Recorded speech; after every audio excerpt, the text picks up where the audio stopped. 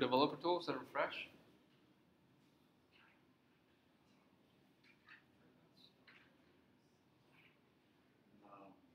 And close the network.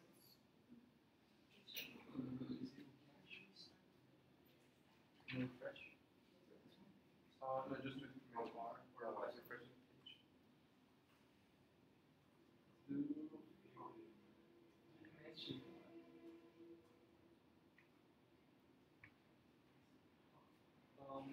Show me your app.js.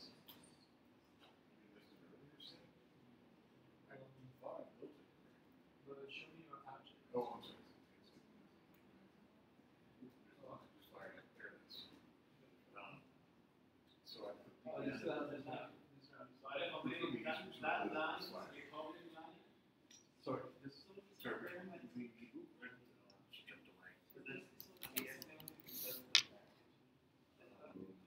You see, I don't have this line here. Okay, oh, I see. When I commented out the public line, started working.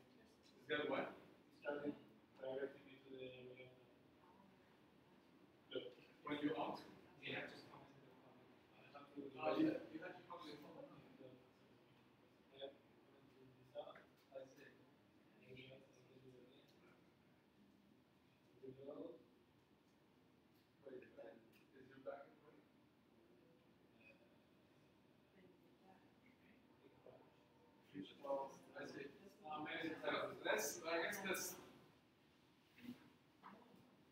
Let's find out here. So what you're saying is that even though I don't have a route here to slash, if I have this line, this is gonna serve the index HTML. Oh, I think that makes sense. So let's try to run it. npm run start dev.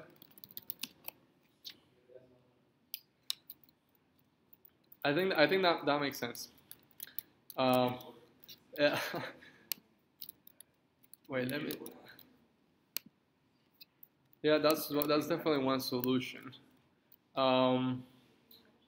Let's refresh here. Yeah, this is showing their index.js. The reason for that is, let's go to backend public. The reason for that is because we have an index.html file. And index.html is always served when you go to the root of your URL, and this public folder is being looked at first. I think, let's see what the suggestion that Janesh came up with. Let's just switch the order, and let's refresh. That works. That is because, in fact, then that oh yeah, we still want this line. We'll still need this line. That is because whenever a request arrives to just the root endpoint, the static folders, which are these two, frontend auth/bill and public, are going to be searched for an index.html file. Now our app is going to find the index.html first in /bill. If we go in here, we go to our front end, we go to bill, there is an index.html here. So it's going to find it there first, and it's going to serve that one. And then once that file is served, that loads all our HTML. We still want this line. I was thinking then maybe we don't need this line. But we still want this line because when a user goes to a route that doesn't exist, like ABC, we still want to redirect them to our app. So that's why, this wildcard is going to catch everything that is not one of these. Okay, so that was good to find out the root cause for that. So let's do git status, right? Let's do git add.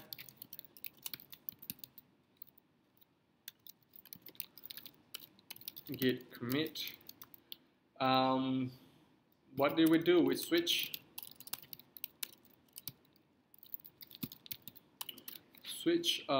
static serve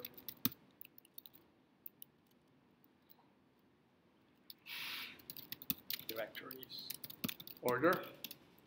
Yes. Yeah.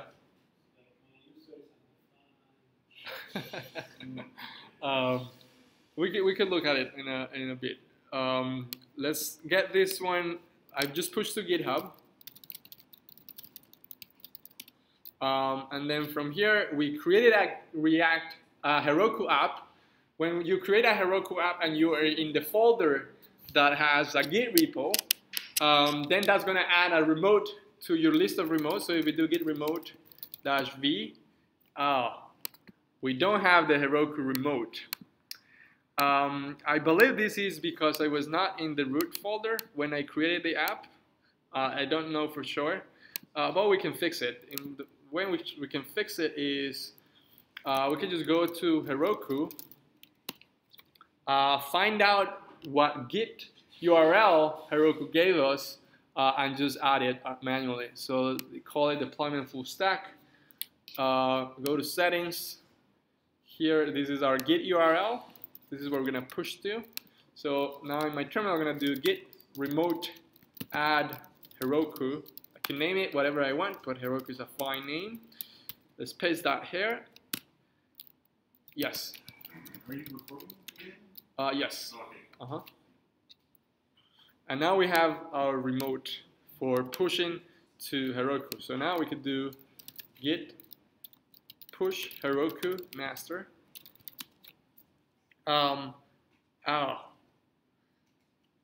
Let's see what does this say. Okay, yeah, let's look at this error. It tries to push, and then it says remote compressing source file, DOM building source, and then this says no default language could be detected for this app. Hint, this occurs when Heroku cannot detect a build pack to use with your application automatically. This is Heroku complaining, I'm receiving some code, but I don't know how to run this code, basically. I don't know what, since to Heroku you can deploy Ruby apps, Go, actually I'm not sure if Go, but Python apps, all different kinds. And Heroku needs a way to telling what kind of app it is and how to run it once it receives it. So for that, we are going to need our last step before we can successfully push to Heroku, is we need to go on our main folder, which is deployment full stack. And we need to create a package.json here, a package.json file. We could create it manually. What I'm going to do is I'm going to go back to the main folder, and I'm going to say npm init. You remember when we saw this a long time ago? This will initialize an npm package, basically, giving us a package.json. And we're going to need to do some changes here. You just need to hit enter through the prompts. And now that gives us this package.json here. It puts the name of our folder. It says main index.js. I think we're going to need to change that, etc. So that is a Git repo. Now here, we're going to need to tell, once we have a package.json, then once Heroku sees a package.json coming in the code, it says, this is a Node app, because only Node applications have package.json. Ruby applications have something called a gem file, which is sort of the equivalent. Python, I think, has one called requirements file, and those are unique to those languages. When Heroku sees one of those, it knows what kind of app it is. If we try to push now, we're going to get a different error saying, okay, I saw it's a Node app, but you didn't tell me how to run it. For that, we're going to need something here. We're going to need a start script here. So in the scripts, in the package.json, we're going to say start. And we need to say how to start our application. So from Heroku's perspective, Heroku receives the main file, the main folder. It will need to cd into our backend.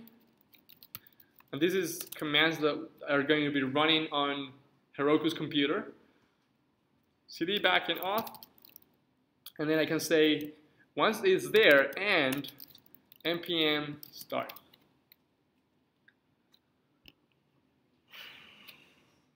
So this is Heroku, please go to my backend folder. Once you're there, and npm start. Yes? Do I have to install the dependencies? Janesh is asking. And yes, we will need to also tell Heroku how to install the dependencies of our folders. Right? Yeah. I did npm init in the main folder, and that gave it to me. So we have how to start. Now, starting is not enough. We need to install, Heroku needs to install the dependencies, and also, you see that step that we ran when we did npm run build that we did manually to create our bundle? Well, Heroku can do that for us as well. So what we're going to do here is we're going to add another script. This one is going to be called Heroku. I actually don't remember this one exactly. I think it's Heroku pre-build. I'll have to look it up in a second. Let's try, let me go to Heroku pre-build. It actually doesn't matter if it's pre or post. Yeah, it's pre, oh, it's dash pre-build. Yeah, it's Heroku pre-build.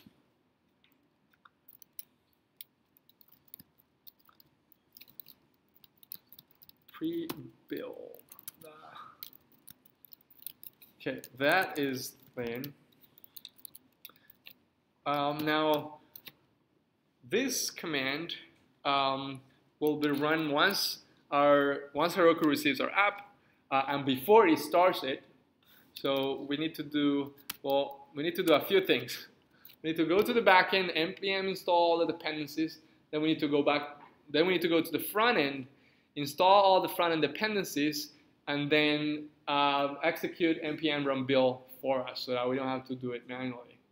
So the way in which you can do that is cd backend auth and npm install. This and is how you can sort of chain commands in the terminal. And once it finishes with that, then we do and cd back into the front end, cd back one folder, and then into the front and auth. Once it's in the front end auth, npm install the dependencies there. Lastly, once the dependencies are installed, let's do npm run build, so that we don't have to do this step manually before we deploy. Once we push our code to Heroku, Heroku will make sure that it installs all the dependencies in the backend and in the front end, and it builds the React app for us. Remember, it's like Heroku is lending us a computer, and all this can be done in Heroku's computer. So let's try now. Let's do git status.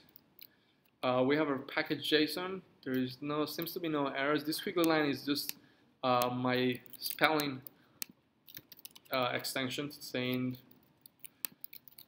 something. So let's do git add everything, git commit.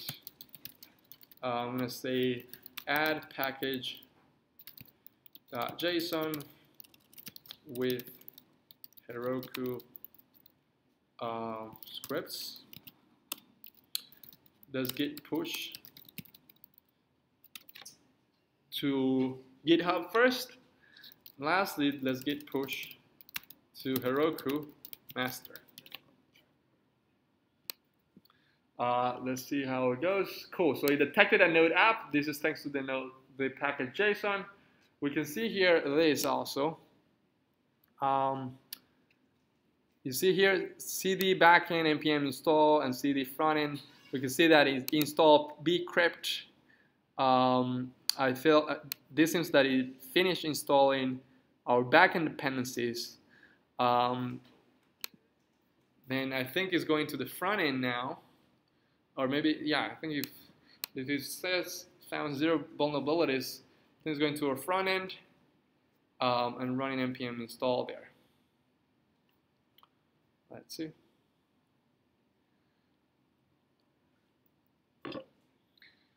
Cool, that seems to be running. Core.js added. Cool, it seems that it finished with our front end. Now it's creating an optimized build. So it's running npm run build for us. Quick question. Mhm. I did a npm run build. Then I found an error in my site. I fixed it. Uh-huh. And do I have to npm run build again? Yes, That that will override my previous that's correct. That will just generate your site anew from your new code. Also, you will do that if you're building manually, but here now we have Heroku do it for us. Heroku is running the build in their computer for us. So any changes that I make are going to be. Any changes that you make, once you push to Heroku, your React app will be rebuilt with the new code. Yes. How does it handle like the routes? That's a good point. We're gonna see that next. Yeah. I think that's the last point. Now here, let's see. I think it went well. It says build succeeded, and it gave us a URL. So let's try to follow this URL. Open. Oh, damn it! It doesn't work. So what happens when it doesn't work? You look at the logs. This is telling us run this Heroku logs tail. This should have worked. Let's do tail. Let's specify the app just in case it doesn't remember it. Deployment backend. I forgot the quote.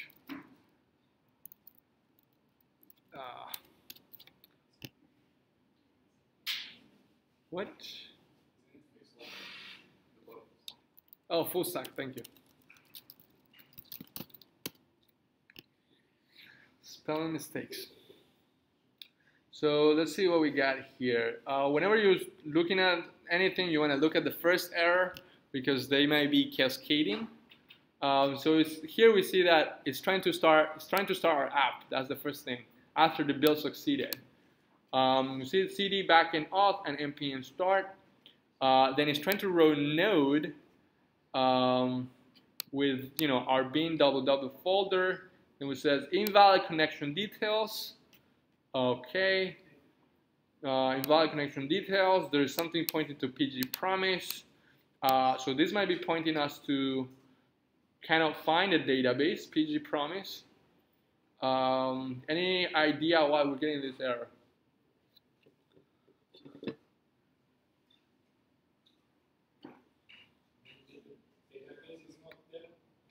The database is not there. That's correct.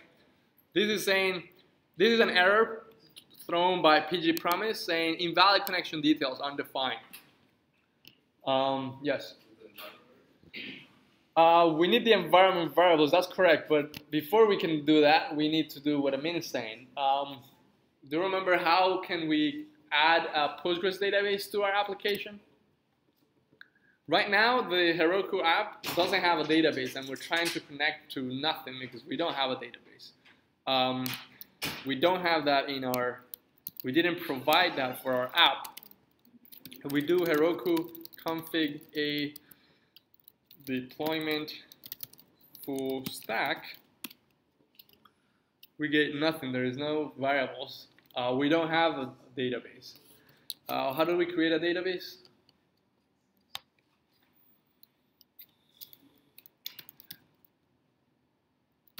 Yep. Do it. Heroku TG colon PSQL dash A and then the name of the backend? No. That's close, but actually it's Heroku add-ons, because this is we're going to add an add-on to our app, which is Postgres database. So it's Heroku add-ons create. This is all in the README. You don't have to know it by heart. Then we want a Postgres database in Heroku. We want it for free. That's the hobby dev. And the app that we want the database for is deployment full stack. Let's see. That seems to have been created and is available. This database is empty, and so on. Now we have a database URL to connect to. We saw that do git, not git, Heroku config. And now we have our database URL in the environment. So that was the first step. We have a database now, but the database is empty. How do we see the database in Heroku? I think that was the one that you were saying. That would be Heroku PG:PSQL -F DB/C. Oh, because that was where our database was. Right. So I think in our case is in the backend folder, just from where we are right now. It will be backend auth/db/ I think it's C. Let's look at that. There's no autocomplete for this one. DB seed SQL, yeah. Seed.sql. Note that it doesn't matter where you run this command from as long as you're passing the, the path to the right file and you're specifying the app. My app is called deployment full stack. I also remember that in this file, the seed SQL file, I had to comment these lines because Heroku already gives me a database. I don't have to create one. I don't have to connect to it. This connection is already been made. So let's try to do that. Hit enter, connecting to the Postgres, and it created that table. No errors. Here we just have one table for users. Cool. So that seems to have worked.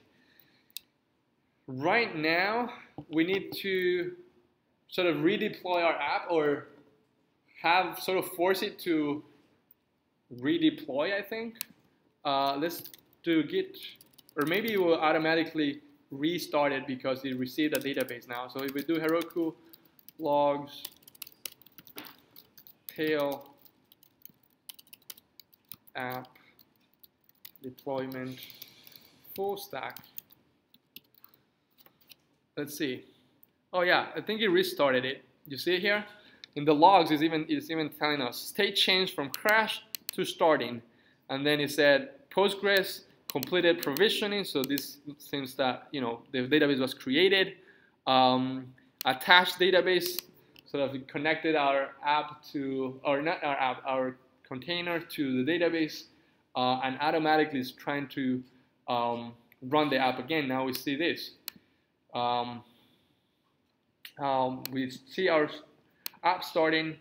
Oh, we see this warning: connection session memory store is not designed for a production environment. It will leak memory. We can ignore that for now. But this is because our session is still being stored in memory in Heroku's computer's RAM, and that will be when Heroku puts the app to sleep, our session is removed. So any user will be automatically logged out. For a more robust app, will keep the session in another table in our database rather than in memory. So cool. If this seems to be good, let's quit this. Let's go to the browser. Let's refresh this, and then we have our app deployed. We can log in. Oh, actually, we cannot log in because that user doesn't exist yet. We can sign up though. Hello, 1, 2, 3. Sign up. We're automatically logged in. We set up that in our code. Now I could go to users and I get myself because that's the only user in the database. Note here that I refresh. I'm still logged in and all of that. Any questions? Yes. Sorry.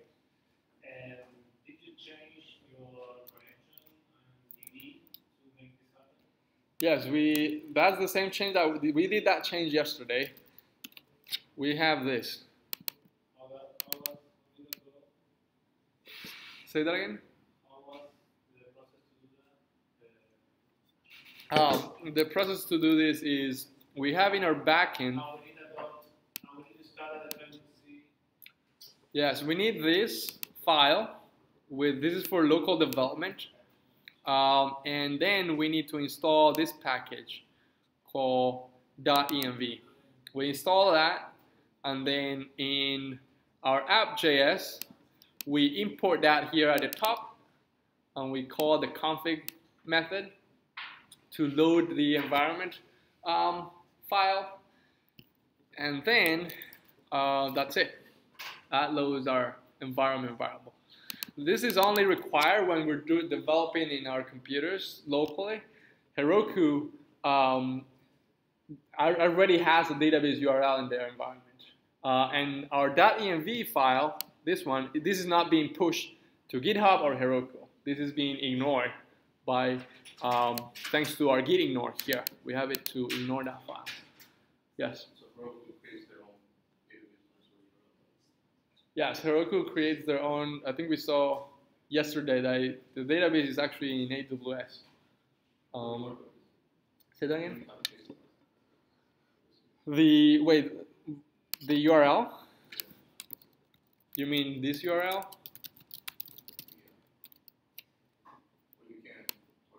Yeah, we can't. We don't want to hard code it. Yeah, we want to access it from the environment. If you want to test this database, like.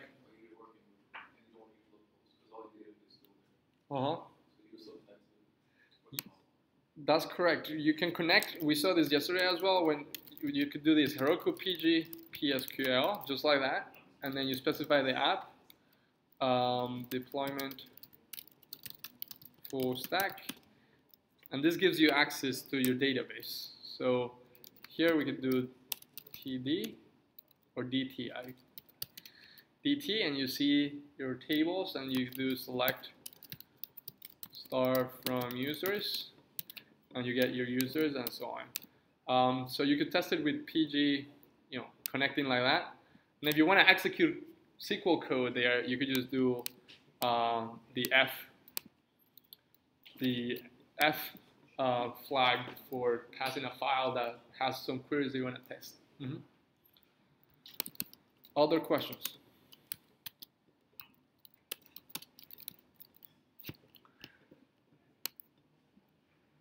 So we have our app. It lives in one repo, has 2 folders. We push that to GitHub, then we push it to Heroku.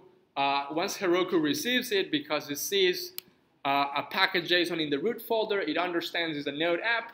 Then in the package.json, it's just following the scripts. Before it starts, our app is going to run Heroku pre-build, which then ends up installing now in Heroku's computer. It ends up moving onto the backend folder, installing the dependencies, then moving back onto the frontend folder, installing the frontend dependencies, and lastly, running creating a build for our React app. Once all that is done, then Heroku starts our application by CDing into the backend and starting the backend application. So we don't need a port anymore because it's just going to run whatever port is already reset it. Right, Heroku gives you a port and it puts it in the environment as well. You don't have to. So I need to call the port from the environment too? We're already doing it here. If you have an app, a backend that was bootstrapped with Express Generator, because if we go here in the backend and we look into not app.js, bin www, we see that the port here is already coming from the environment.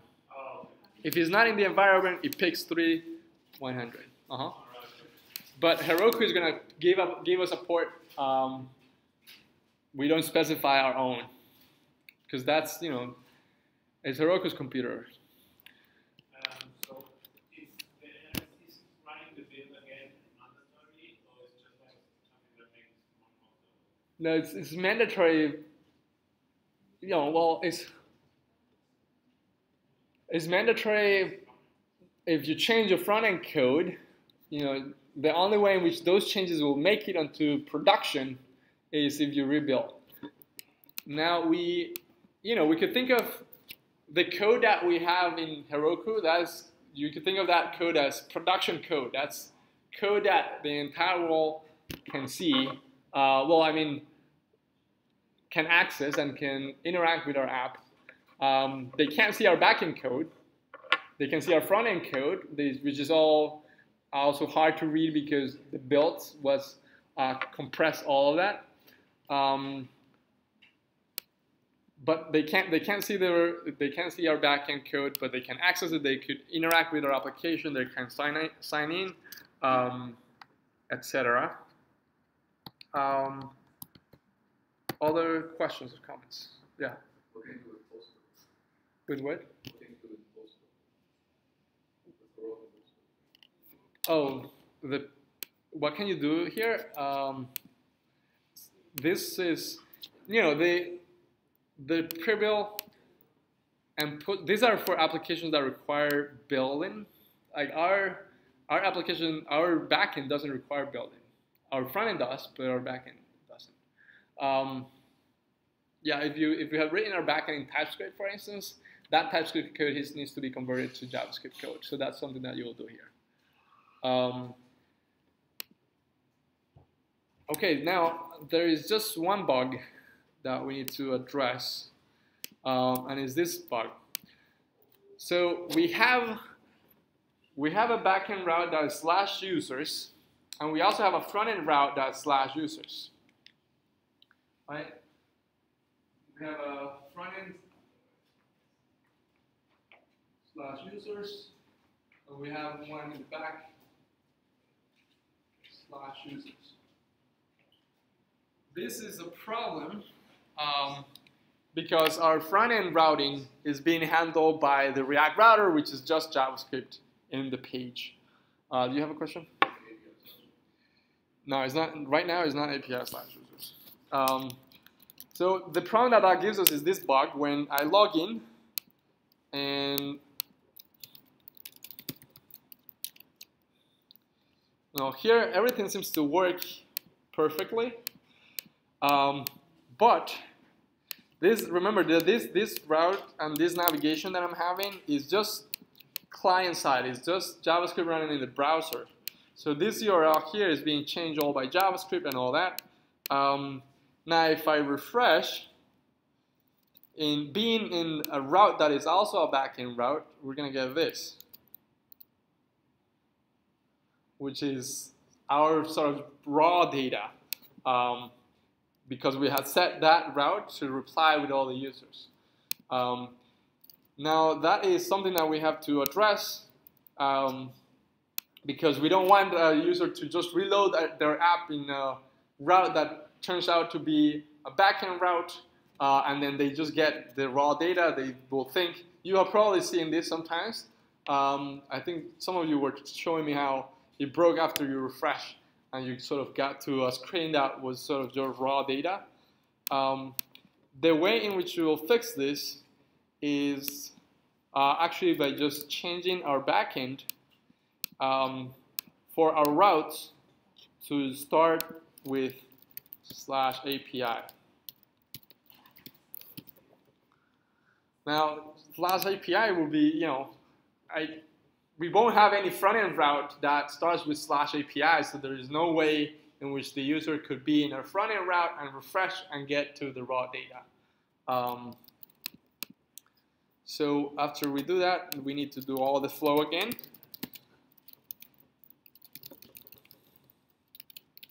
Git commit, add, or what we did was prepend all routes. Yes.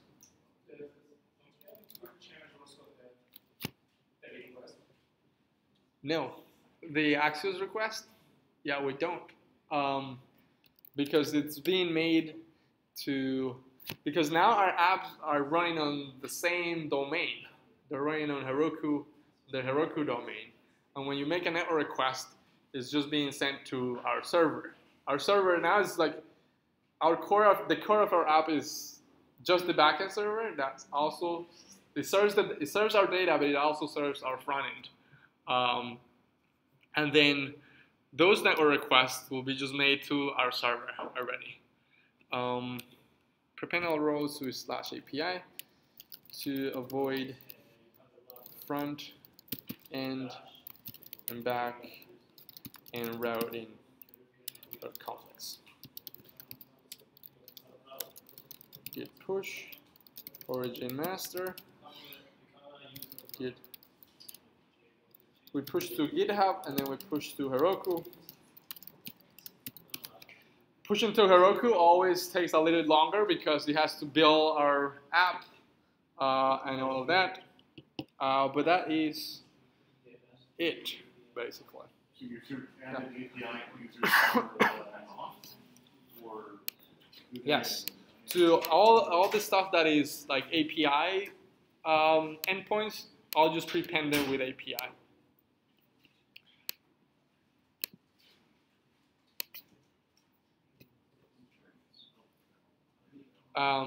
What this is then when the user is in our website and they're on /users, the front end route, when they refresh the page, actually, yeah, let's talk about that. When our user is in our front end application on /route on /users and they refresh the app, what happens is none of these routes were matched.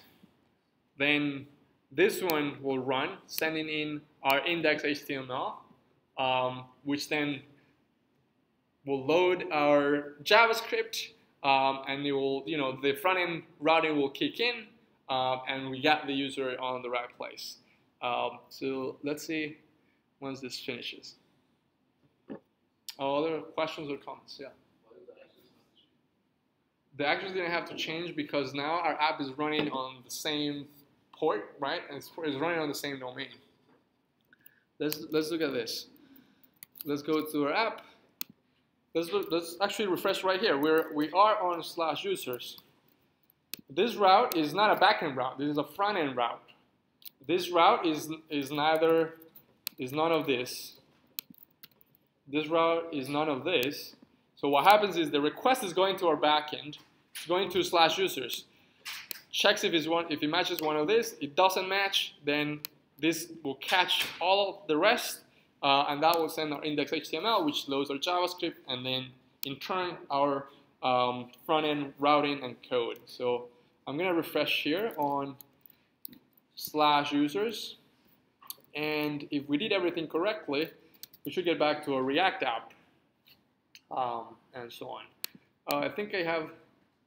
Oh, what was that? Let's go back here.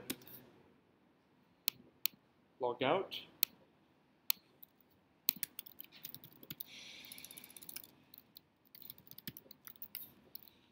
Log in. Go home. Profile. Refresh here. Cool. Let's go users. And now our users broke. Oh, I guess like this was your question. Right, so we change our backend routes to start with /API. Then that means that we need to go to our front end now and change it all there. Let's do that with Command-Shift-F to find and replace. Let's search for everything that starts with Axios. That whatever. Say that again. What if you change it in the packages? Just put /. Oh, you mean like the proxy? Yeah. The proxy settings are not. The proxy settings are only for the Webpack server. They have nothing to do with once this is deployed.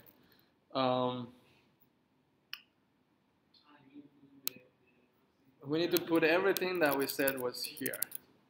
So let's just replace that. It's /API, then /API. Yep. Without having the proxy, can you leave it as local? Where? Where? In this URL, Axios URL. No, because then once you deploy your code, your React app's still gonna make a NET request to localhost, but you know whose localhost when the app is in Heroku. So you change it to the Heroku URLs? We are not gonna change it to the Heroku URL. We're gonna leave it as it is here. So I'm asking if you don't have the proxy. if you don't have the proxy, you just make your life harder. If you don't have the proxy, then it's going to have, yeah, it's like you'll just need to hardcode then your Heroku, the URL that Heroku is going to give you here. And we don't know technically that yet. So what happens is that this is the same process where it's like, I guess the way in which we can see it is, we had this, right? And our code, we have our proxy set up. Our proxy is pointing the Webpack server to our backend. When we make our request, we actually make that request to our Webpack server, and then that forwards the request to our backend. This is when we're developing our React app, right? And we have that Webpack server. Once we build our app, what we end up with is just the HTML code. The Webpack server all goes away. We end up just with this, right? Now, because the in our backend we have API/auth, API/users, and we have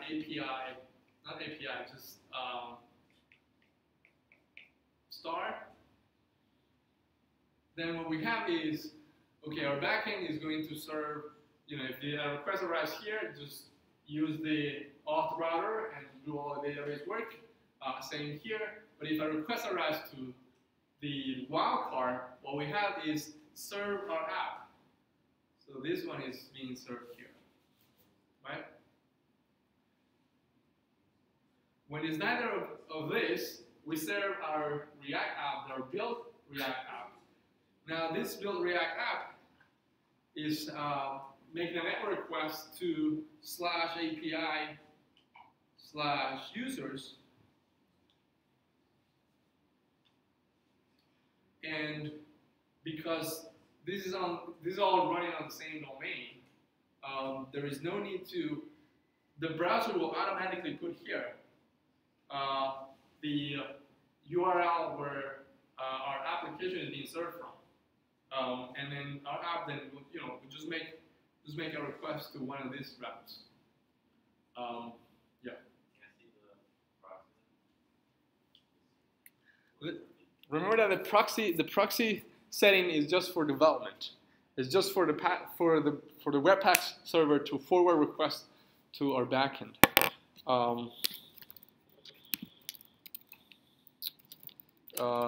Package JSON. This is in the front end, which is this one.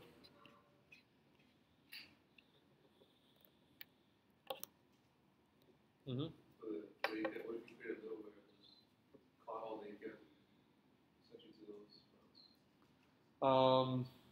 You mean like? Just a /API and then they would send you to another route. Yeah, that's also possible. I don't think there's not a huge difference, I feel like. Well, you don't have to change all the code. That's all. What do you mean? Like, I will still need to change my front end code. No, you just put it as a middleware /API and you route it. You don't have to change your front end. No, but my front end will still go to, yeah. So I was changing all the stuff that was at Axios to have API.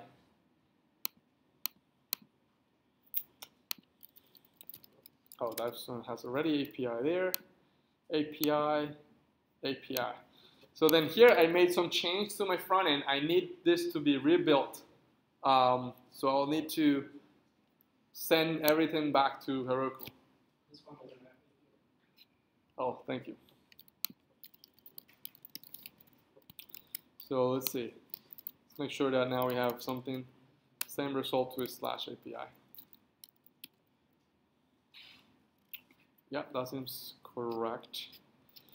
So once we do that, then we get this. We need to do git add everything, git commit, add, or same thing, prepend /API to all network requests.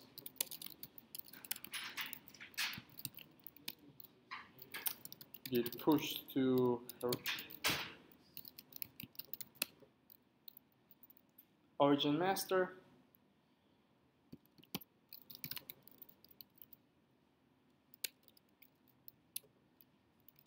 And then git push Heroku master.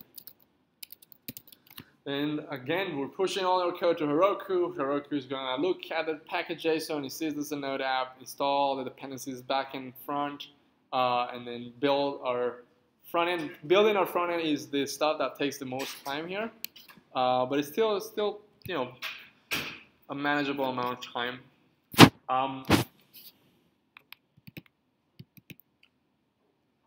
And once it finishes, then we should have our app deployed.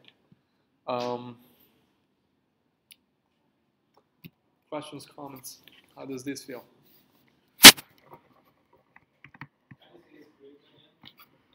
What script? The front end or the back end? Oh, the general one.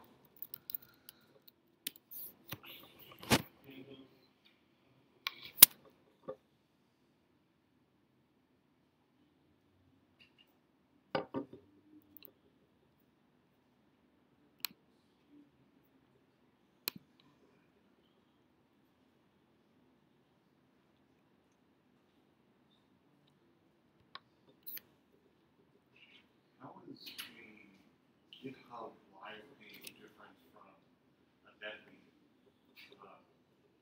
Another 5-page? Yeah. I don't really know.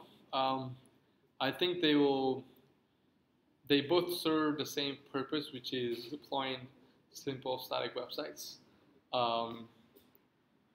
So yeah, I guess like the only difference I can note is the URL will be different.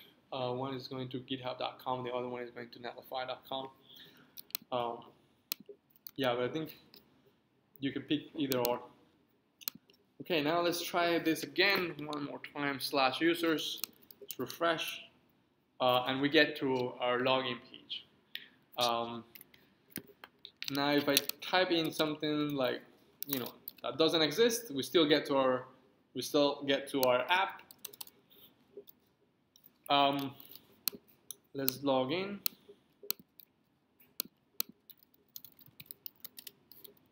Log in. We go to users. Let's refresh on profile. We get back to profile. Let's refresh. This is a bug. A bug that I currently have in my front end code is if I refresh here, the important point is that if I refresh here, I'm not going to get JSON. I'm still going to get my app. It just redirects me to profile. That's something I have to fix. But the main point again is that I can refresh on any of these routes, and I'm going to get my React app. I'm not going to get JSON. You know, you can make the point that, well, a user going to /API/users will still get to see the JSON of users, but that's okay. If they're logged in, if the cookie is valid, that's fine. This is the raw data. If they're not developers, they're not going to be making sense of this. But if they're logged in, they have access to the data. If they're not logged in, let's try it out. Let's log out. Try to go to /API/users. We get nothing. So our app's still secure. But the chances of a regular user sort of discovering your endpoints are low, and as well, all of them are protected by your user authentication. So that's not a big problem. It's not a problem at all.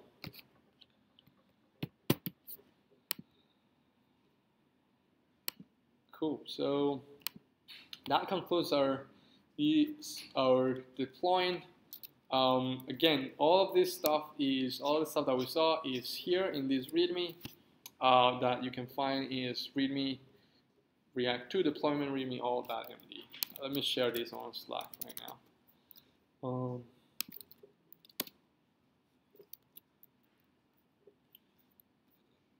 But all that is here. Maybe it will be good if you walk over this. This one has, I think, 2 setups where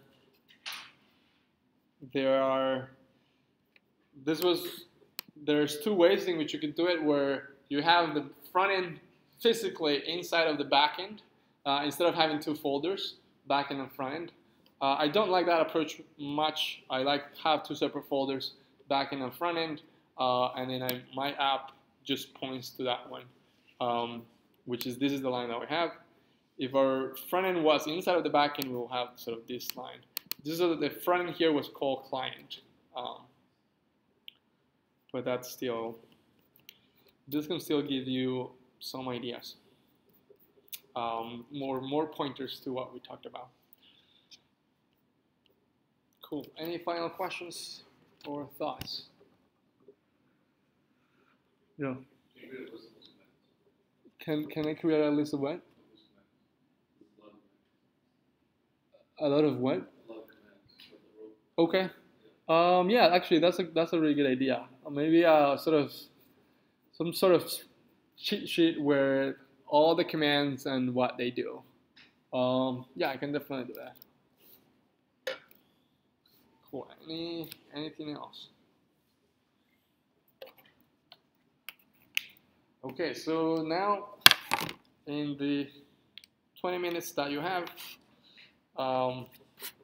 your job is to try to deploy one of your applications to Heroku in this fashion.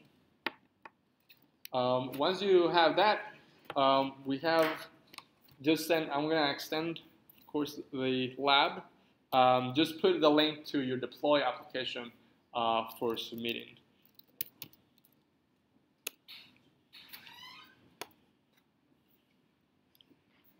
Actually, let's see. I'm gonna make it so that you could send 2 links. Send the link to your deployed application as well as the repo, and make it available before Saturday. Or yeah, we could do like Friday at midnight.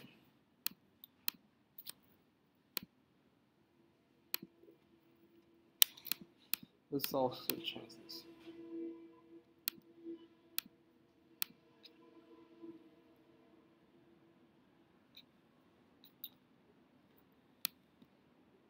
So make sure that you send 2 links. You just copy and paste the links, one to your repo and one to the deployed application. Now I think that's it. Also make sure that you submit your the lab for the user authentication. The user authentication, where was it? Here. This one is due tomorrow at midnight. It will still be available after that. It's available until February 5th. Wait, what is? Oh, it's still tomorrow. So let's make it. Let's also make it till right. So make sure you turn in the deploying with 2 links to your one to GitHub repo and one to the deployed version on Heroku. And for the full stack application, this could you could do this one and then deploy this application if you haven't done the full stack authentication. You could use that to kill 2 birds with the same stone. Just do that one and then deploy that full stack app and then send the link. Cool. Any other questions? Make sure to reach out. I'm going to write the cheat sheet with the commands and publish it tonight. How to condense the two